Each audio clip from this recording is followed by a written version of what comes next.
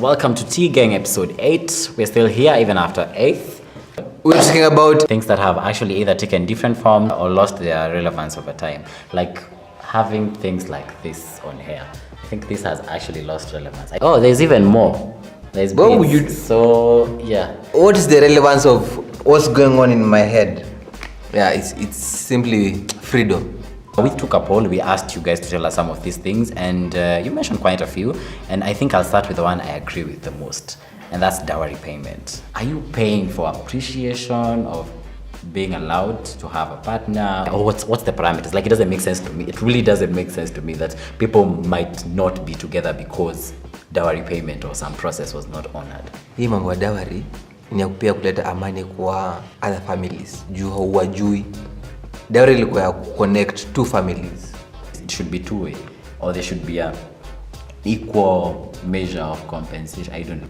As a man, you are supposed to be the one paying the dowry. Unanishaweni provider. So, when you have very many daughters, you risk loss of your name as a man. What's the point here about names? Point about names. You have too many daughters and they get sons. Hata ito jina yako kama ndio mwanaume ama wewe ndio baba ya daughters peke yake. That's for cultures that name people after others. Others will name you after seasons. It actually annoys me when like 5 or 10 people in a family have the same name. Inakwanga weird ukiushago. Unadanganywa wote. Kila mtu anaitika. Ndio mgani? Ndio mrefu. So okay, ndio mrefu. By the way, kuna times mtu anaanza ule like mchoyo. Dear child of mine. That's future tense, right? Yeah. Child of mine is future tense. Dear future child. That's right? Right. Yeah. Dear future child. Just any future child, right? Like you're talking to all the future children, or? My dear future children. Okay. That's more appropriate. Go on. Umseleve ndawane mtu jina za Kiafrika. Hizi kina sijui Lakisha, Bankwisha, sijui Shanikwa, sijui Bramwell, sijui. I think names have lost a lot of relevance. The whole family construct is not like a serious thing nowadays. But it starts from the genesis, like right from the perception we have of dating and marriage. You know, the way we date these days is weird. You know, you won't marry the guy or the lady, but like yeah, tuko pamoja. What do you mean mpotu pamoja? Oh, and now that you're on the subject of dating, even the age disparities have grown. Nowadays, you can't even say hi to people just like with titles. Like you can't be like, oh, hi, you're such a lovely couple. They might just be father and daughter, and you don't know about it. And sometimes you might assume, you have such a nice daughter, such a lovely daughter, or you have such a nice son. This one philosopher alikuja na an assumption of how relationships are today. It was a philosopher, but they had assumptions. Yeah. Okay, go on. For this case, such a assumption, you are to show about the proof akonayo of such things. Who's this philosopher?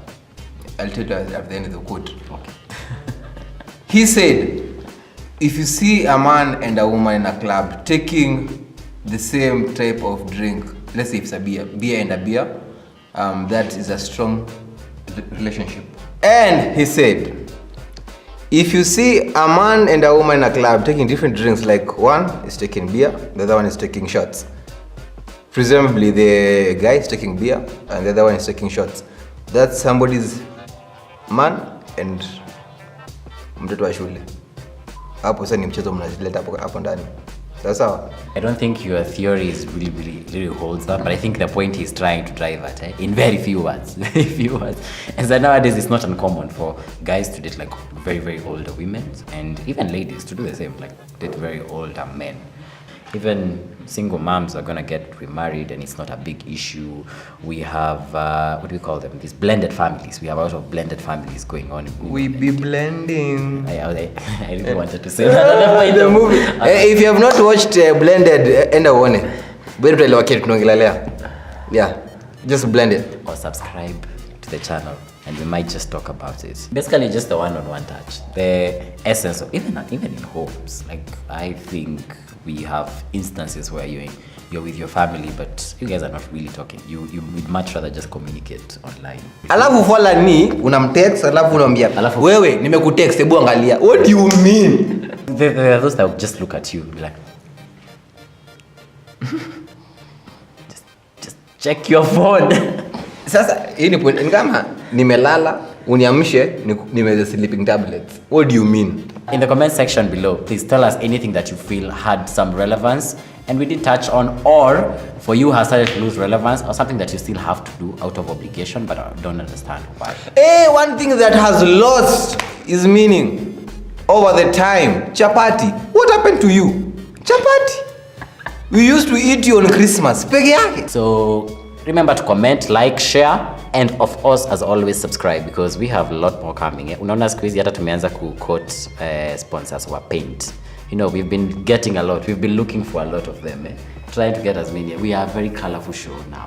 To our designers, upcoming designers, we don't mind. Ni hivyo sasa inakaa tunaomba. Ni hivyo.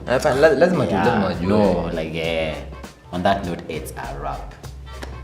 Big God. It's been another episode, and as always, we are keeping it true to T-Gang. I know some of you might have questions about why I'm all about, Kenya Halisi and Tuongea Money. There'll be a link in the description for you to have more of an understanding about this. And please, someone talk to Brown about what he has done with his hair. Yeah, like some of these things, we need to agree that some things have become modernized and they've left and they've lost their place in the society. So it's a wrap. Subscribe. It's free.